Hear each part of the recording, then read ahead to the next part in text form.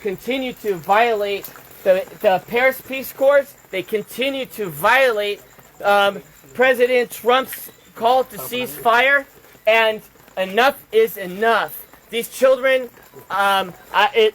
hopefully, these children can find a way where they can sleep well tonight in this rain, where they can sleep well. Their homes are no longer homes.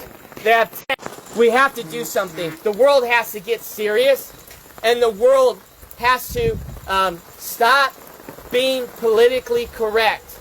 And we must act now before this turns into a genocide. Because since 1979, Cambodians have endured not one genocide, but two genocides, killing 3 million people and even killing 8,000 people in Ghost Mountain by the Thai forces. And so I'm asking all of you, friends, family, Facebook, share this message and let them know that Michael Alfaro is not okay with this, and I know all my friends are not okay with this. This is the most inhumane thing I've ever seen. And I'm going to continue to investigate. I'm going to continue to see in my own eyes to protect your country by dropping a bomb on a Buddhist temple. Where was the threat? Was there a soldier in the area? Was there children playing with guns?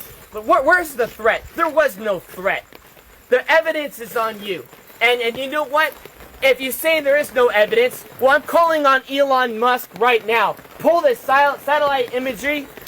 Pull up the satellite imagery that shows that Cambodians were just one day, a threat to Thailand.